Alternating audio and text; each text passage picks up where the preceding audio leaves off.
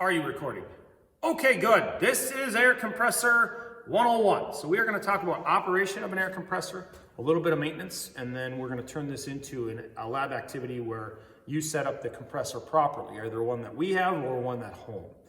So these are electrically powered air compressors. They are run by an electric motor that drives a air compressor motor off of a pulley system. If you can see inside here, there's a small pulley that's connected to a bigger pulley. That is torque amplifying. This electric motor spins at 1755 RPMs, which means this would spin at less than that, but the torque from the motor would be amplified. So we have a piston in here that is actually compressing air, forcing it back down this tube and into these tanks, these reservoirs. That's at a very high level what's going on, okay? Before we plug these in, we have to know a couple things. Number one, I always want you to check before you plug the compressor in to make sure the start switch is off. This is important because it causes a heavy load on the system if you just plug it in. They tell you in the manual, make sure that your start switch is off before you plug it in. Number two, whenever you plug a compressor in, never use an extension cord. The amp draw on this electric motor is between 13 and 15 amps. That's a lot, okay? The circuits in your wall in your home are typically no more than 20 amp circuits. A lot of them are just 15 amp circuits. That's the standard for like your living room. If you find the electrical outlet that's underneath your electrical panel in your house, that's usually a 20 amp dedicated circuit. So if you have 20 amps to use, and this is gonna take 15 of them, and then you put an extension cord on here, which is gonna draw more amperage because of the resistance of all that electricity having to go through it, and it's a really crappy extension cord, like a really thin one, then it's going to overheat and trip that breaker. It's going to cause too much of a draw. So always plug the compressor directly into the wall. Make sure that your start switch is shut off before you plug it in. So we're connected to a 20 amp circuit here. I've already charged the system so we don't have to listen to it run. But at this point, if we wanted to charge it up and get some compressed air going, we would flip this on. It would kick on and run the compressor, okay? Next things we want to talk about is regulating air. So on another run through of this, there's actually two pistons in here that oscillate and they compress air. That compressed air goes down this tube. These are just cooling fins here. They get to this line and they go into this tank. They are then shared over between the two tanks. There's a connector. So we have volume here that we can store up of compressed air. Okay.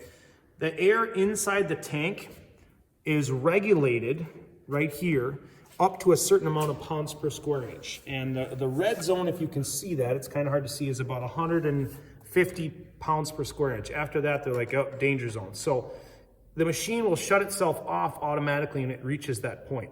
I'm going to pull a bleed valve here and let this drain off a little bit.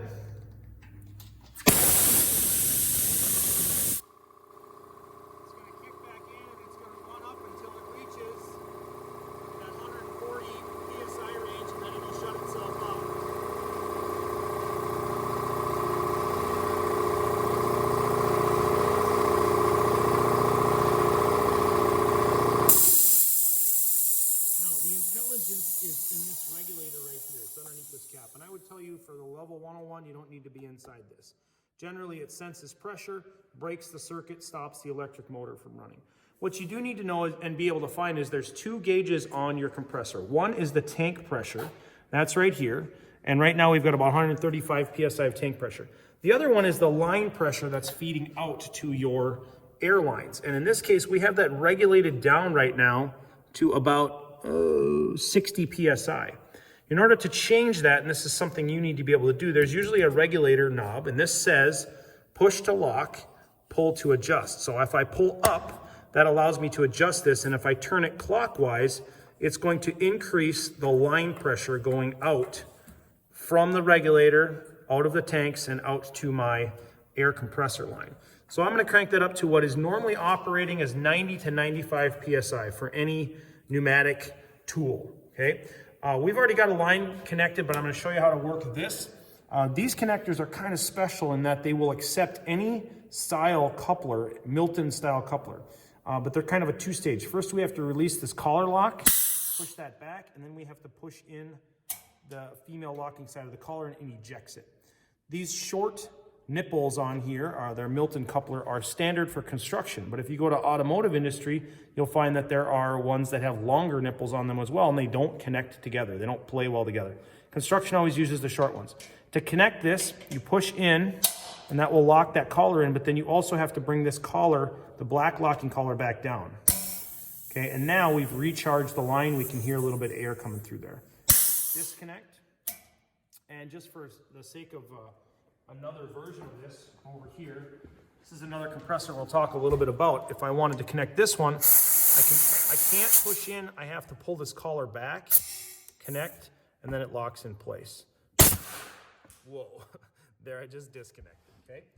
So we've got air pressure now on PSI, pounds per square inch, connected to our line, and we can connect any kind of tool to this. Same principle applies here. You can demonstrate connecting these couplers properly because people struggle with this. It's not just a push connect. We have to pull that collar back, push it, and then allow the collar to lock. So I want you to be able to show me that you can do that. I'm going to put a pair of safety glasses on because I'm handling compressed air now.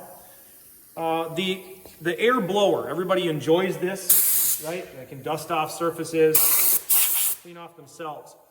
The reason that this is a danger is because if we compress air and then we funnel it down to a small orifice, if you were to inject air into your body, let's say you had an open cut, you can create an air embolism, or if you pushed it against your skin hard. An air embolism is like a bubble going through your body, and if that gets into your heart, it can stop your heart from functioning. It's essentially like kind of like a stroke works, but it's basically like it can't move air, right? So it can cause real problems in your body. It's dangerous.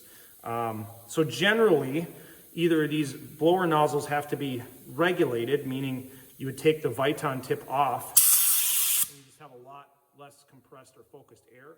Or if this is on there, you have to be in an environment where people are aware of it. So I've just made you aware that blowing air at somebody is a dangerous practice, especially holding it against their skin, blowing it against any of orifices, ears, eyes, nose, etc. Okay, so we have to be respectful of the fact that this has the potential for damage or injury. Okay, next things to talk about. I am going to disconnect the air hose again, just because it's hissing a little bit, is maintenance and operation. We're going to talk about that a little bit. This is a wheelbarrow style, so it's got a wheel in the front. You can actually treat it like a wheelbarrow to move it. It's mobile on a job site. It doesn't need to be carried. It's 200 pounds, so it's awful heavy. There's an air filter here. Almost all compressors are going to have some kind of a filter system that protects the air coming in. And we could pull this cap off and just show, oh, it's like an air filter, right? So it just makes sure if we've got a dusty environment that we're getting clean air coming in to our system. And it looks like this is a little loose. There, okay. We've also got an oil bath system. Now, if you take a look at this bulb right here, there is liquid there that's right above the red. If I tip this, we can see that it moves a little bit. That's our oil bath. This compressor uses an oil bath to lubricate the compressor motor. All I want you to do is point out whether or not you have one. There are a lot of compressors out there, lower end compressors that are air cooled and they do not have an oil bath. This is another example of, a compressor that does have an oil bath, and that's right there. We can see that sight level, and it's got plenty of oil in it. It's maybe a little overfull. The other place we can check that is typically there is this is where you would fill it, and this is like a vent or a breather, so this would unthread. But if it's got a sight lens on it, you know it's oil bath. Usually indicates that it's a higher quality compressor. Okay, other maintenance. If a compressor runs all day, the friction of the motor running builds heat, and the hot air creates condensation inside the tanks. So water can form and it will build up inside the tanks, and over time it corrodes the tanks. So part of the process of operating these, I'll unplug here and wheel this around a little bit. At the end of each day, it's a good habit to drain the tanks. So we're going to drop down on the bottom here, and without making too much of a mess, I already checked this. These tanks haven't been drained since we started the compressor. We've used it very minimally though. There are tank drains on the bottom of the tanks, and that is because water will condense to the bottom and you are supposed to drain that out. So if I crack this valve a little bit, we can see this moisture coming out of here. We would want to drain these off until we don't have any more moisture coming out. Typically we could crack these open and leave them run the tanks out of pressure because we don't necessarily want to store these with tank pressure in them. So we would run this out until the tanks bleed dry. We'll make a little bit of a mess here.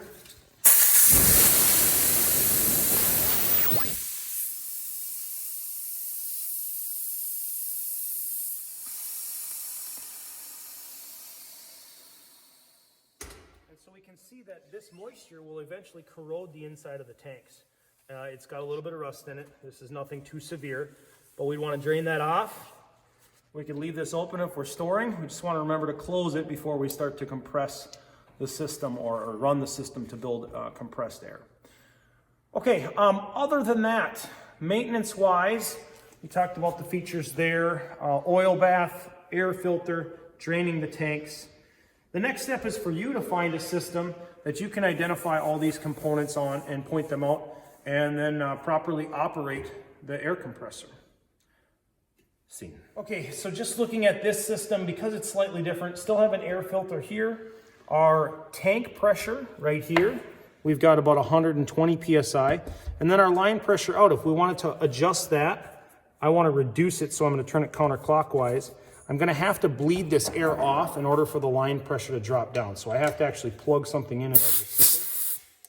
But now I can reduce this all the way down.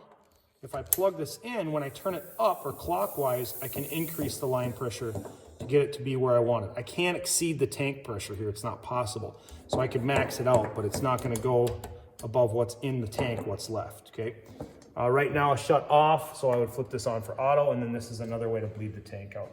Finally, water drain right here. This is what's called a petcock, and we would turn that in clockwise in order to bleed water out of this system. Oh, it might be counter-threaded. I was wrong. In this case, counterclockwise would let the air out of the tank. That's how we would bleed that one. So there's two examples. Okay, see.